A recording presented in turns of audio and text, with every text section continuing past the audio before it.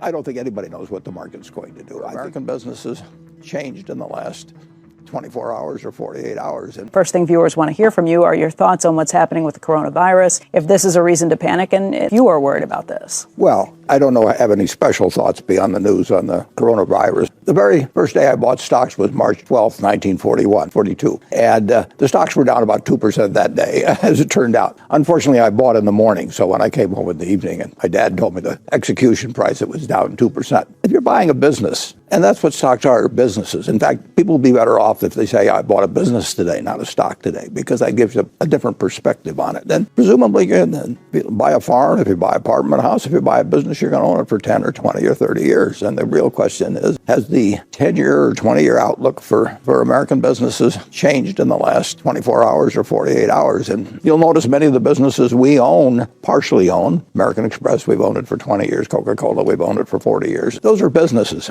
And you don't buy or sell your business based on today's headlines. And if it gives you a chance to buy something that you like and you can buy it even cheaper, then you're good luck, basically. Although there are a lot of people who look at the market and they say, look, I want to buy, but I don't want to buy when the market's sitting at new highs, when it's been hitting new records every day. You are going to see weakness as not only China, but other countries try and address this. You're right. It may not change things over the 5 or 10 year span of things. But if I think that I can buy something for potentially 10% cheaper, maybe more than that, if I wait a week or a month, maybe that's what I'm sitting around. You're going to get fabulously rich if you're right. Just keep buying at 10-day intervals and keep taking your 10-day prediction. If I knew what the market was going to do, obviously, but I don't think anybody knows what the market's going to do. I think you do know whether you're making an intelligent purchase at a given price. Everybody, when they buy a stock, if you're going to buy, say, General Motors that has 1,400,000,000 shares out, you should be able to take a yellow pad like you have there, and on one page, let's say it's selling for 30. It isn't selling that low, but that'd be $42 billion. You should say, I am buying the General Motors company for $42 billion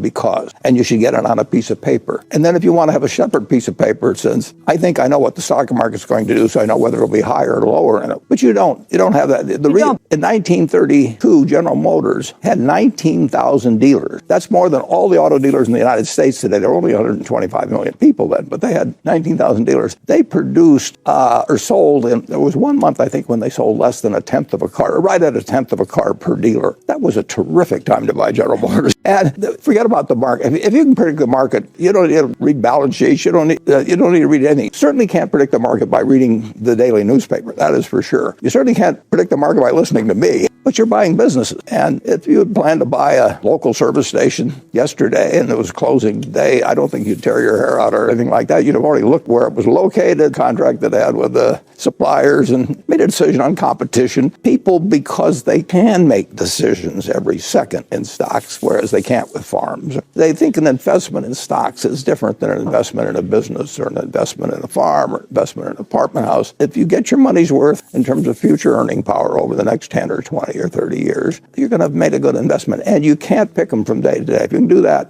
I haven't met anybody yet who knows how to do it. And you said until nobody really realized the compound interest effect of buying stocks, not just buying businesses, but buying stocks themselves. Edgar Lawrence Smith changed the world. The people have forgotten all about it now. Although in the 1920s, it became more and more gospel as the boom went on. But Edgar Lawrence Smith set out to write a book on bonds versus stock. And he said if he went in with the idea that bonds would be a better investment in times of deflation and stocks would be a better investment in times of inflation. But he had enough sense to look at his evidence. I think Darwin said if you found evidence that was contrary to what you already believed, write it down in 30 minutes or your mind will just block it out. People have a great resistance to new evidence. And he said if a stock yields 4% and a bond yields 4%, which was what he was talking about then, the stock was going to outperform the bonds because there were retained earnings that were building beyond that yield. And that had been true for a long, long time, but nobody paid any attention to it. We don't get rich on our dividends that we receive, although we're happy to receive them. We get rich on the fact that the retained earnings are used to build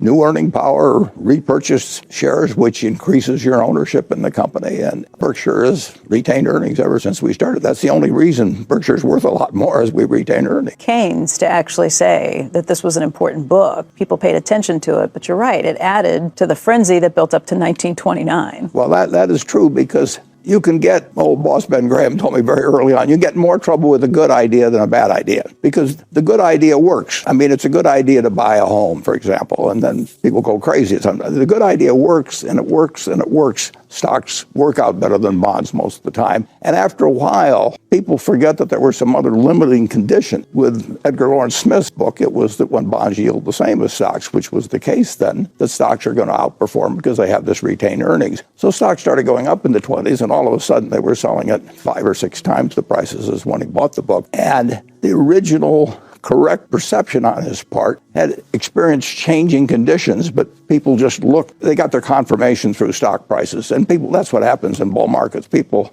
start out thinking stocks are cheap, and then they start thinking stocks have gone up. And a stock can be a good buy or a bad buy. A bond can be a good buy or a bad buy. It depends on price. If you look at the present situation, we've talked about this before, that you get more for your money in stocks than bonds. That doesn't have to be the case, but it's usually been the case in America, very usually been the case. And if you buy a 30-year bond today with a yield 2%, you're paying 50 times earnings for an investment where the earnings can't go up for 30 years. Stocks are way better than 30-year bonds. I mean, it's clear. And that's one of the alternatives. People really have 3 basic alternatives. Short-term cash, which is an option of doing something later on. Long-term bonds or long-term stocks. And stocks are cheaper than bonds. Charlie Munger, vice chairman at Berkshire Hathaway, said that there's a lot of wretched excess out there and that there's a lot of trouble coming as a result. Do you agree with that? There's always trouble coming. There was trouble coming in 1942 when I bought that first stock, all kinds of trouble. Philippines were going to fall pretty soon. There was all kinds of trouble in 1949. There was trouble, certainly trouble in 2008. When I wrote an article for the New York Times, I said trouble is coming, but I said buy stocks. I would say buy stocks if you get enough for your money. And,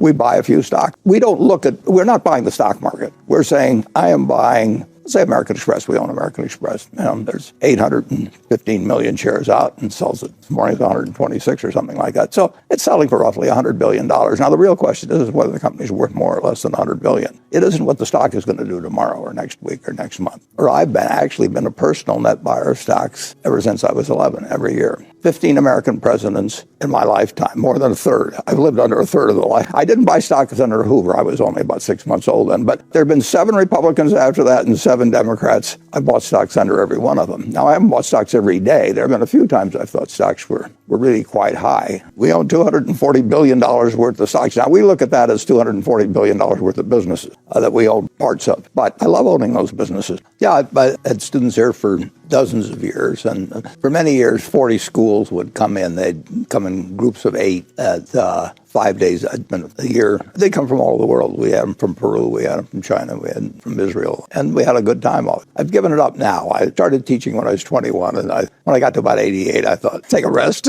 I don't have the faintest idea what our businesses will be doing 6 months from now or 12 months from now. I do think that not only our businesses, but American business generally will be doing fabulously better 30 years from now or 20 years from now. And the long term, in my view, is very easy to predict in a general way, but an important way. I don't think there's any way to predict what the stock market will do 10 minutes from now, 10 days from now, or 10 months from now. So I work on what I think I'm able to do. Fortunately, I can come to a pretty firm conclusion that 20 or 30 years from now, American business and probably over the world will be far better than it is now.